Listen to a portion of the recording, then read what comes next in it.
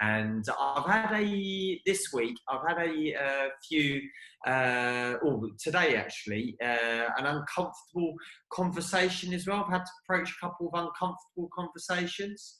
And a flip side of that is how your mind works. And it's like, not that I ever don't want to talk. I'm just being open here and honest. I don't want to ever talk to you or anything like that, but do you know how it feels sometimes like you just don't want to be having a conversation, but then again I know that it's needed and it's gonna go somewhere. So like the example, for instance, today, I won't bore you with the details, but I needed to talk to someone ultimately about money, but they weren't necessarily knowing that I was going to talk about that. And it's all to do with a personal property, inheritance thing and everything else. So it's awkward because they're a bit older and everything else, but it's like, just pick up the phone and just do it. And it's just that, but then on the flip side, I want to talk to you, but then it's again like, do you get where I'm coming from with that?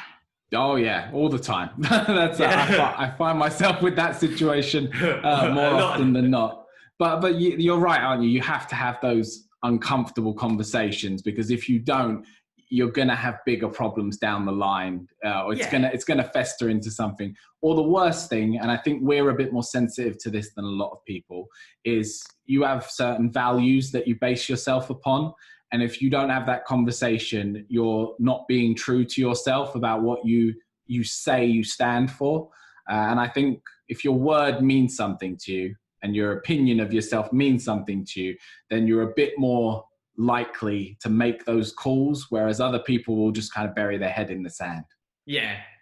But I look at it from the point of view of the majority of times I have these uncomfortable conversations is to get somewhere, not necessarily always to get something that you're going to benefit from, but to get somewhere. More often than not, something that's going to benefit a whole lot of people.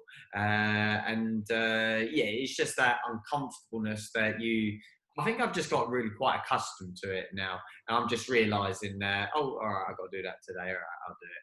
Kind of thing. It's a growth mindset though, isn't it? If you're not uncomfortable, you're not growing. I always try to tell people it's like being one of those animals that has to shed its skin. It's growing and it gets to a point of discomfort. And if it doesn't get the discomfort, it doesn't know that it's time to shed. It understands it through that mechanism. And I think we're the same. We have to be uncomfortable to then be in a situation that requires you kind of to develop. Yeah. Because what's uncomfortable now probably won't be in a few years like that. If you had to have that same conversation again, it will be less uncomfortable because you've experienced it and you've learned and grown from it.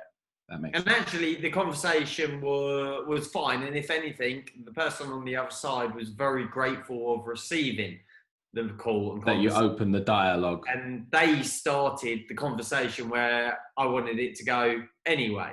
So it's almost like both sides are waiting for it.